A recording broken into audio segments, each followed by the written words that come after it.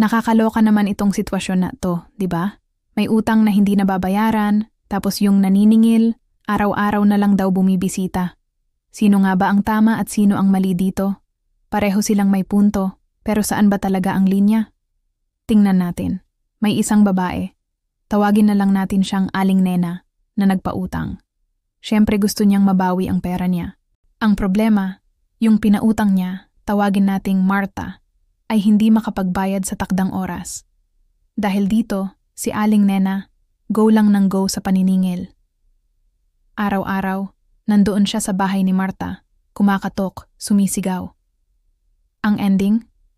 Si Marta, nagreklamo ng harassment at invasion of privacy. Teka, harassment pa talaga yon?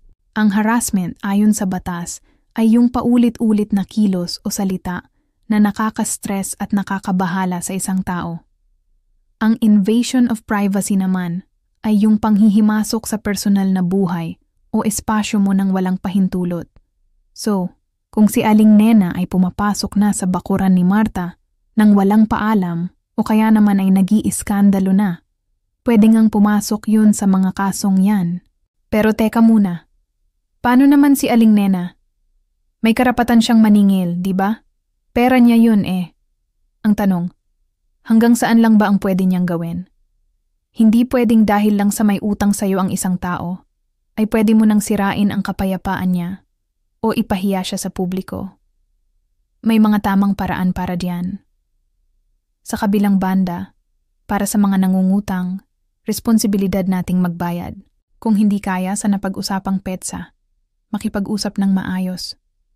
Huwag magtago. Kasi kapag nagtatago ka, lalong nag-aalala at nagagalit yung pinagkakautangan mo at doon na nagsisimula ang gulo. Ang pinakamahalagang aral dito ay komunikasyon at respeto. Para sa nagpapautang, maningil ng may respeto. Huwag manira ng puri o pumasok sa pribadong espasyo. Pwede namang idaan sa maayos na usapan o kung talagang ayaw magbayad, may barangay or small claims court para dyan. Para naman sa nangutang, harapin ang responsibilidad. Maging tapat kung kailan ka makakapagbayad. Utang ay utang at dapat bayaran. Pero ang dignidad at kapayapaan ng bawat tao, dapat ding igalang.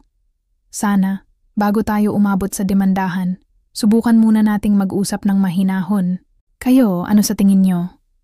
I-comment nyo naman ang inyong mga opinyon sa baba. Huwag kalimutang mag-subscribe para sa mas marami pang kwentuhang may aral. Salamat sa panonood